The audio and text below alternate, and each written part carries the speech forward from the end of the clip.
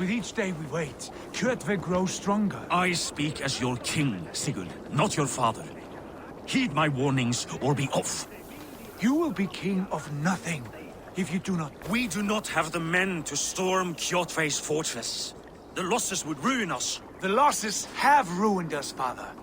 Until we cut off this serpent's head, it will poison us day by day, drop by drop. The poison has already polluted our waters. God, Eivor, what happened? Spies in our camp. 3 men sent by Kjotve to kill us as we slept. I returned the favor. There, you see? This is what waiting brings. We must answer this insult. They came from Notful, that whaling village under Kjotve's control. We hid him there. Burn it down before Kjotve learns his spies are dead. He may have sent more. I can search the village while you round up the crew. No need. I will send Hytham to search the area. You can rely on him while we are away. We? Do you mean to join us? I have not been bred for Valhalla like you, but this will be far from my first battle. I do not like this, but I will not stop you.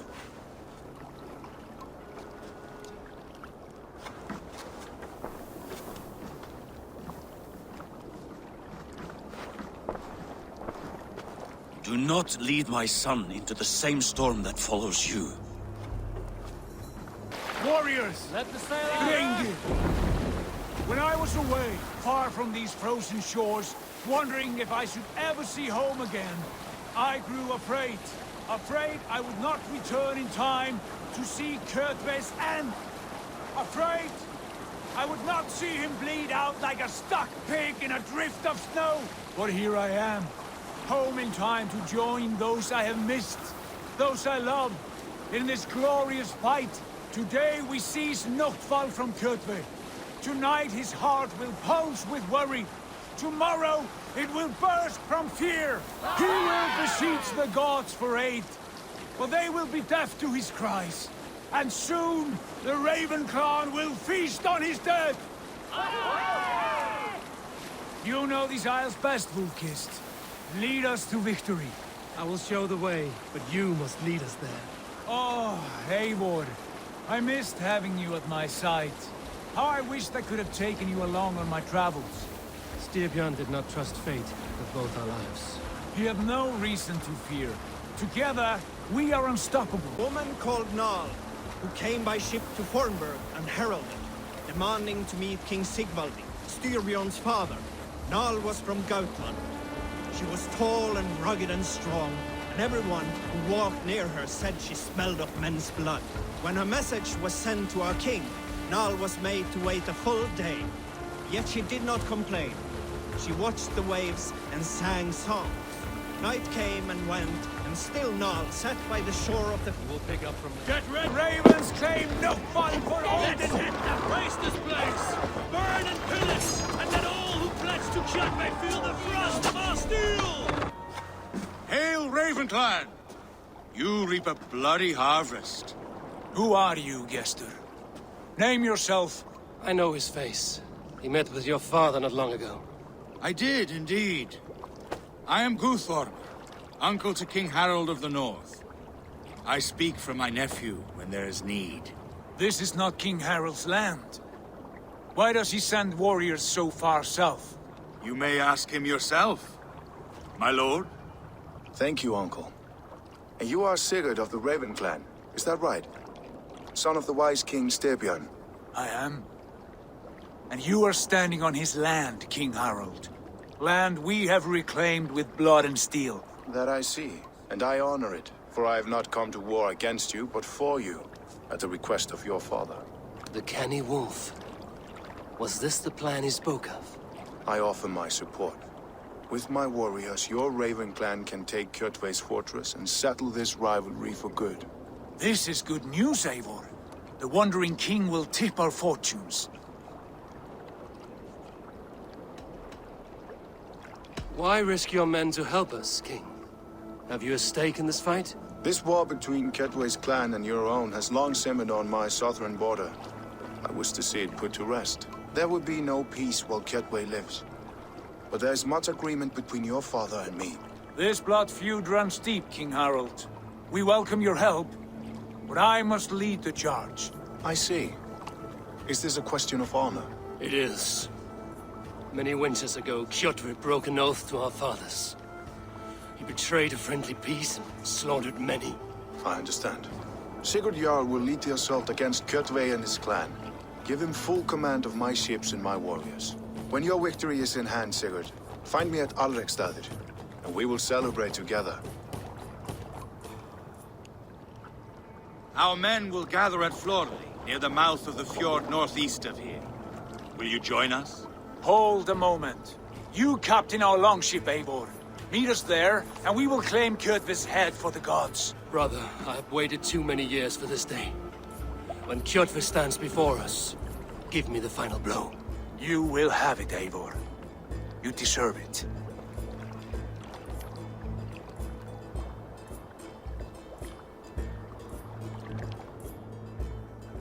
Eivor, give us a hand. Harald is generous with his troops. More than I would be. I cannot fathom his game. He is either a young fool, or deceptively wise. Whatever his reason, I have a good feeling this war is near its end. Some years ago, I took to sea with a sword dancer called Egil. A brooding warrior with a face of stone and oak-hard arms. On a raid in Courland, we shored up along the edge of a forest and explored until we came to People Parks, a large farm. It was night, and all were asleep. So we set about plundering the place in the quiet of the evening, taking sheep and goats as we pleased. It was then that Egil saw a farmhand and pressed the boy for the family's hidden silver. The farmhand squawked like a crow. Being hid beneath an anvil at the smith's forge, the silver was no trouble to lift. In secret, we took it and the boy back to the ship. It was then that Egil grew sad, for when the farmers woke with the crack of day, they would know they had been robbed, but not by whom. So Egil ordered 3 of us to follow him back to the sleep-hushed hamlet. As we burned the houses, Egil shouted his name. I am Egil, son of Skatlagrim, and I am the man who deprives you of everything but your life. I never sailed with Egil again. Here's a tale I do not often tell. There was a clan, little known in the south, composed entirely of warrior women.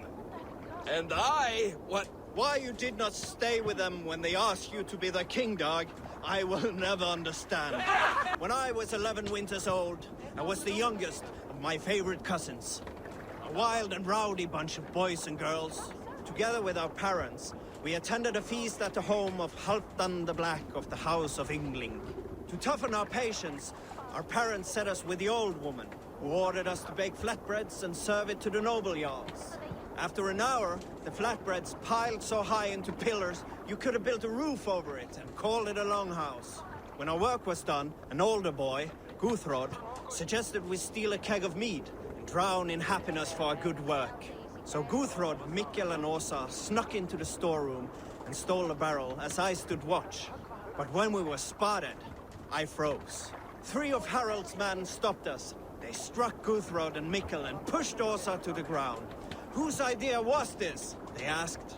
I stood and said, the idea was mine. The meat is for me. One of the men eyed me and said only, that is not true.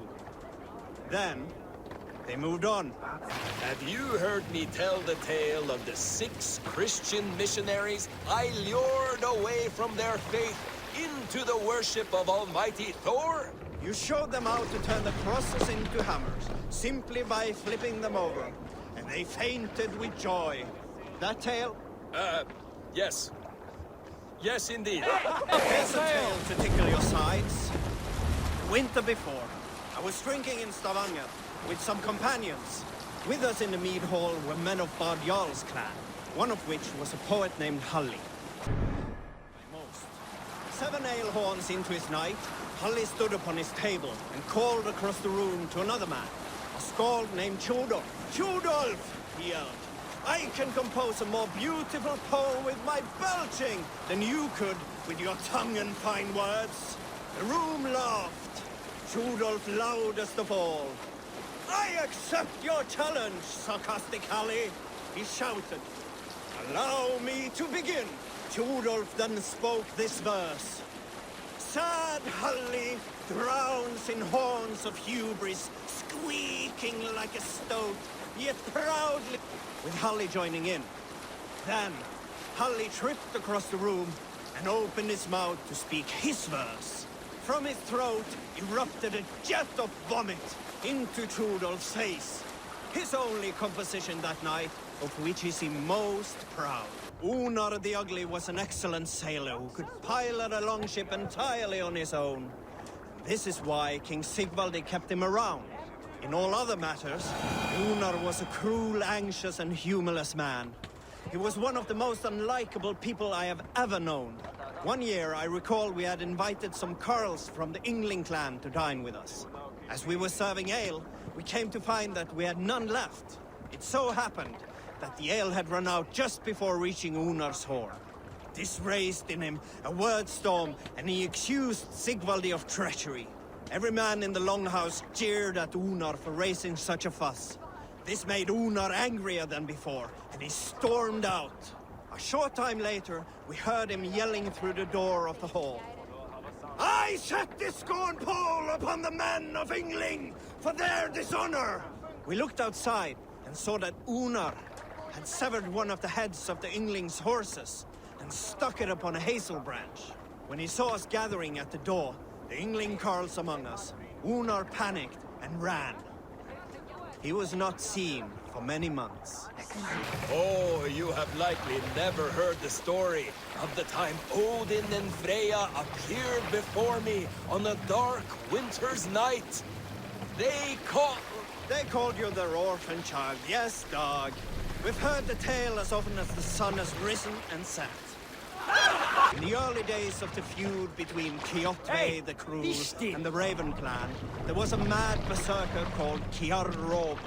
Kjar had pledged his battle fury to no king or jarl, and would give his oath only once each winter, for reasons nobody could fathom. One year, Kjar's sister Thora was married to Kjotve's brother Alrek, and soon Kjar was often seen in the company of that clan. But soon after, word came to Kjar that Alrek had abused his sister. When he asked Thora about this, she told him, it is true. So Kjar invited Alrek on a hunting expedition. When they were away, Kjar slew Alrek and pulled off one of his arms. When he returned to camp, Kjotve asked where his brother was. Kjar shook his head and held out his hand, in which was an arm ring. Your brother bid me give you this ring, Kjotve. Confused, Kjotve took the ring, and with it came the entire bloody arm. Your brother pledged his oath to Hel herself, Kjar laughed. Then he turned and departed. He was never seen in those parts again. Here is a story I have not told the man, for it happened only last month. I was sharing a mead horn with a beautiful woman. When she, her sisters, and her mother all begged for your hand in marriage. Is that how this tale ends? Yes. Were you there? Oh, you have likely never heard the story of the time Odin and Freya appeared before me on a dark winter's night. They called you their orphan child, yes, dog. We've heard the tale as often as the sun has risen and set. During my 19th winter, King Styrbjorn ordered the construction of a new longhouse. The splendid hall you now see at Fornburg. To build this longhouse, he employed the help of 20 men.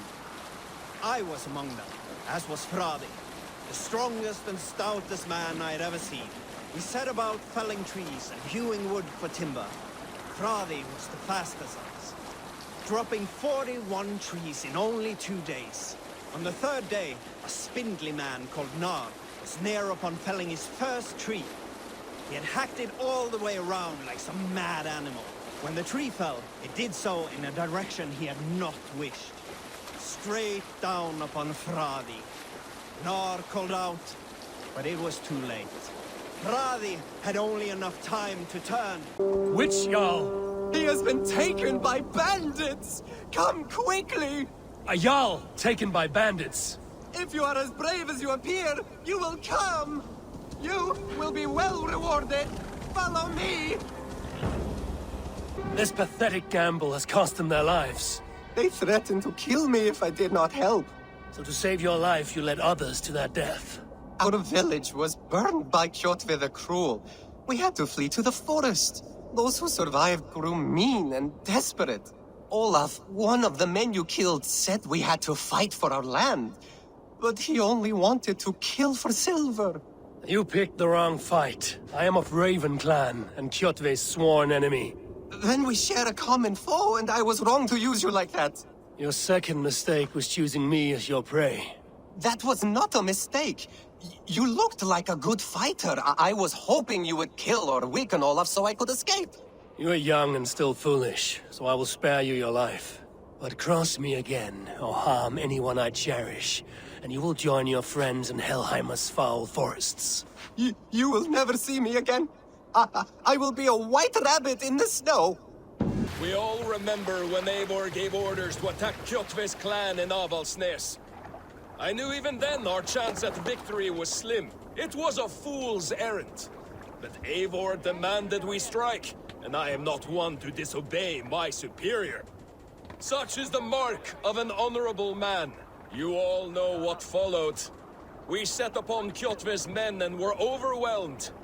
You lot were captured and fit to be butchered, and Eivor here, carried off to be sold into slavery. A fate worse than a fine death. But there is one fact you do not know. In the initial fight, I came upon Kjotve, cowering in an empty house. He did not see me, and I came within 2 arms lengths of him. I could have slain him! A fast stroke of my axe, ending our troubles. But I held back.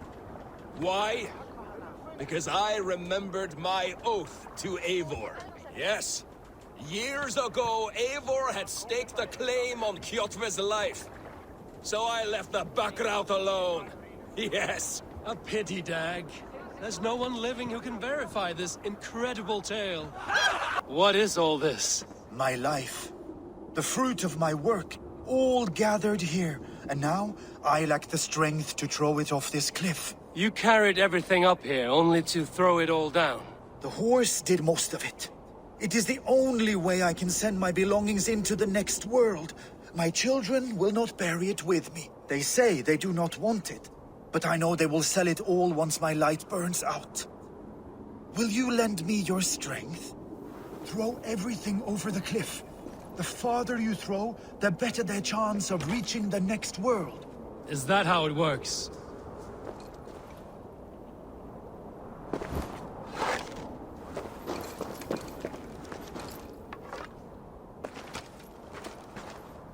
Why is everything packed in straw? I did not want anything to break.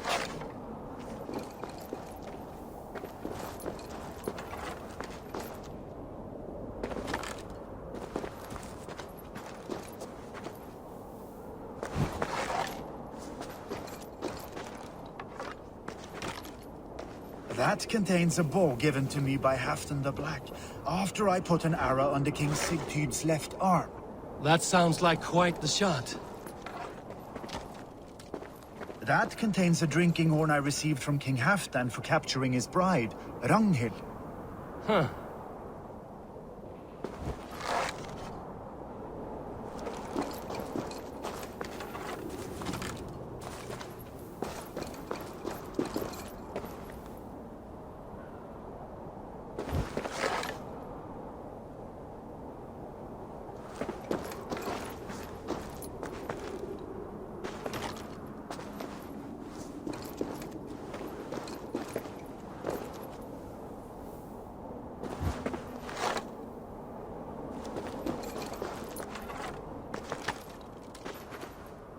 That contains a silver harpoon head I received from King Harold, for pulling Halfdan's frozen body out of the ice. They are a generous family.